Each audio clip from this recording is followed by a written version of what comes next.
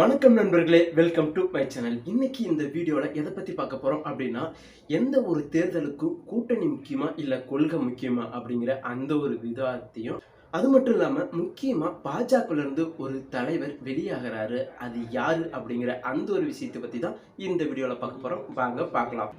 வீடியோக்குள்ள போறதுக்கு முன்னாடி நம்ம சேனலை சப்ஸ்கிரைப் பண்ணல அப்படின்னா தயவு செஞ்சு சப்ஸ்கிரைப் பண்ணுங்க. உங்களுடைய ஒவ்வொரு சப்ஸ்கிரைப் தான் எனக்கு அடுத்தடுத்த வீடியோ போறதுக்கு அவ்வளோ மோட்டிவேஷனாக இருக்குன்னு சொல்லலாம். அது மட்டும் இல்லை, இது புது சேனல் அப்படிங்கிறதுனால உங்களுடைய ஆதரவு ரொம்ப முக்கியம்.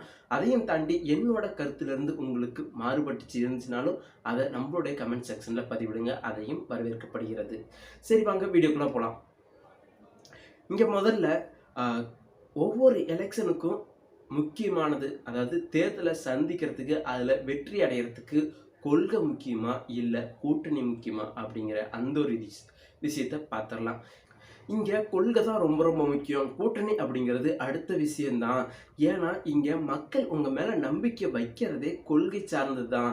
நீங்கள் யார் கூட வேணுமாலும் கூட்டணி வைக்கலாம் அப்படிங்கிறது உங்களுடைய விருப்பமாக கூட இருக்கலாம். ஆனால் உங்களுடைய கொள்கை என்ன அப்படிங்கிறது முதல்ல மக்களுக்கு பிடிக்கணும்.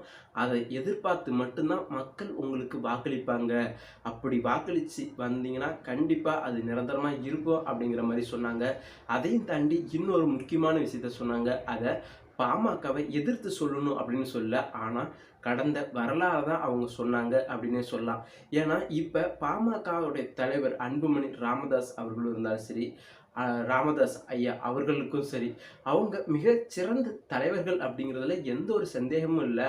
ஆனால் அவங்களால ஏன் இன்னும் சீக்கிரமாக முடியல அப்படின்னா, அவங்க ஒவ்வொரு கட்சியிலையும் மாறி மாறி கூட்டணி வச்சதுக்கு காரணம் தான் அவங்களால வர முடியல, மக்களுடைய மனசில் இடம் பிடிக்க முடியல. அதனால் தன்னுடைய கொள்கையில் பிடித்தமாக இருந்திருந்தாங்க அப்படின்னா கண்டிப்பாக அவங்க வந்திருக்க வாய்ப்பு இருக்கும். ஆனால் இவங்க மாறி மாறி கூட்டணி வச்சதுனால தான் அவங்க வர முடியல அப்படின்னு ரொம்ப ஆழமான கருத்தை பதிய வச்சாங்க. இது ரொம்பவே சரி அப்படிங்கிற மாதிரி தான் தோணுச்சு. ஆனால் அதில் தான் ஒரு பெரிய ட்விஸ்ட்டு. ஒரு பேச்சாளருக்கு எப்படி ஒரு விஷயத்தை சரியாகவும் சொல்ல முடியும், அதே ஒரு விஷயத்தை இன்னொரு ஸ்டேஜில் இது தப்பு அப்படின்னு சொல்ல முடியும்னா அது ஒரு பேச்சாளர் மட்டும்தான் முடியும். அதே மாதிரி தாங்க அதே ஸ்டேஜிலேயே பாமக கட்சியை சார்ந்த வந்தவர் அவர் சொன்னார், இங்கே நீங்கள் சொல்கிற கொள்கை எல்லாமே சரிதான், அது இல்லைன்னு சொல்லலை. ஆனால் அதுக்கு முதல்ல நமக்கு ஒரு வாய்ப்பு கிடைக்கணும் இல்லையா? அந்த வாய்ப்பு நாம் தனித்து இருந்ததுன்னா கண்டிப்பாக அது கடைசி வரை கிடைக்கல. அப்படிங்கிறதுனால தான் நாம் கூட்டணி நோக்கி போனது. இன்னும் சொல்லப்போனால் இப்போ அமலில் இருக்கிற 108 இருக்கட்டும், இல்லைன்னா புகையிலை தடுக்கிற சட்டங்கள்லேருந்து எல்லாமே இங்கே நம்மளுடைய ஐயா ராமதாஸ் அவர்கள் கொண்டு வந்த ஒரு விஷயந்தான். இன்னும் சொல்லப்போனால் இங்கே கூட்டணி இல்லை அப்படின்னா அது சாத்தியமா அப்படின்னு கேட்டிங்கன்னா கண்டிப்பாக அது சாத்தியமே இருக்காது. இந்த மக்கள் எப்போ நமக்கு வாய்ப்பு கொடுப்பாங்கன்னு எவ்வளோ காலம் வெயிட் பண்ணி தான் பார்த்தது. ஆனால் அவங்க கடைசி வரை வாய்ப்பு கொடுக்குற மாதிரி இல்லை. அதனால தான் நாங்கள் கூட்டணியை சார்ந்து போனோம். அதனால தான் இந்த ஒரு சில விஷயங்களாவது பண்ண முடிஞ்சது அப்படிங்கிற மாதிரி அவங்க சொன்னாங்க. அதுவும் ஒரு வகையில் சரிதான். ஏன்னா இங்கே இன்னொரு விஷயம் முக்கியமாக சொல்லியிருந்தாங்க. என்ன அப்படின்னா, இங்கே நாங்கள் உங்களுக்கு முன்னோடியாக இருக்கிறோம், நீங்கள் இப்போ தான் வந்து ஜாயின் ஆகிருக்கிறீங்க, அதாவது 11 வருஷம் தான் முடிஞ்சிருக்கு, நாங்கள் உங்களுக்கு முன்னாடி ஆரம்பத்தில் இருந்தே இருக்கிறோம். அப்படிங்கிறப்ப நாங்கள் உங்களுக்கு சீனியர். அப்போ நாங்களும் நீங்கள் பண்ண எல்லா விஷயத்தையுமே நாங்கள் முழுமையாக பண்ணி பார்த்தோம். ஆனால் அது இங்கே ஒர்க் அவுட் ஆகலை அப்படின்னு அவங்க ரொம்பவே ஆழமாக சொன்னாங்க. அதுவும் ஒரு வரலாற்று உண்மை அப்படிங்கிற மாதிரி தான் தோணுது. ஏன்னா அவங்களுக்கு நாம் எப்பயுமே இன்னும் சொல்லப்போனால் மக்கள் நல கூட்டணி அப்படின்ட்டு ஒட்டுமொத்த கூட்டணி கட்சிகளுமே இங்கே நின்னாங்க. விஜயகாந்தோடைய தலைமையில் தேமுதிகவாக இருக்கட்டும், மதிமுகவாக இருக்கட்டும், திருமா அவர்கள் அவங்களா இருக்கட்டும், இல்லை பாமக கட்சி சேர்ந்து எல்லாருமே ஒரு கூட்டணியாக நின்னாங்க. அப்பயும் யாரும் அவங்களுக்கு வாக்களிக்கலை.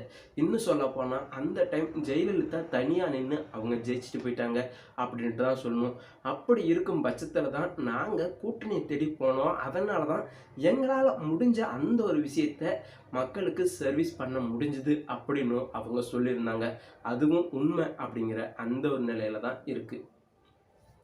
ஸோ அது தாண்டி வந்த பாஜகவும் சரி, இல்லை காங்கிரஸ், அதிமுக, திமுக அவங்க பேசுனது எல்லாமே ஆஸ் யூஸ்வலாக தான் இருந்துச்சு. இன்னும் சொல்ல போனால் பாஜக தரப்பில் பேசுனது இங்கே ராஜராஜ சோழன் இன்னும் நின்று பேசுறதுக்கு காரணம் அவர் ஆன்மீகத்தை கட்டின அந்த ஒரு கோயில் தான்.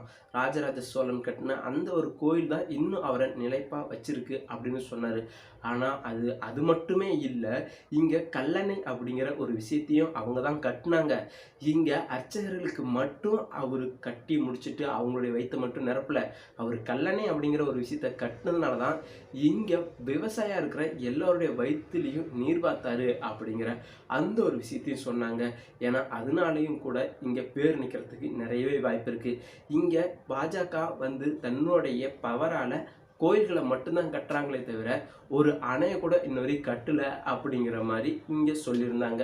ஸோ அது மாதிரி பல விஷயங்கள் சொல்லியிருந்தாங்க. ஆனால் ஒரு தேர்தலில் ஜெயிக்கிறதுக்கு எது அப்படின்னு நீங்கள் நினைக்கிறீங்க?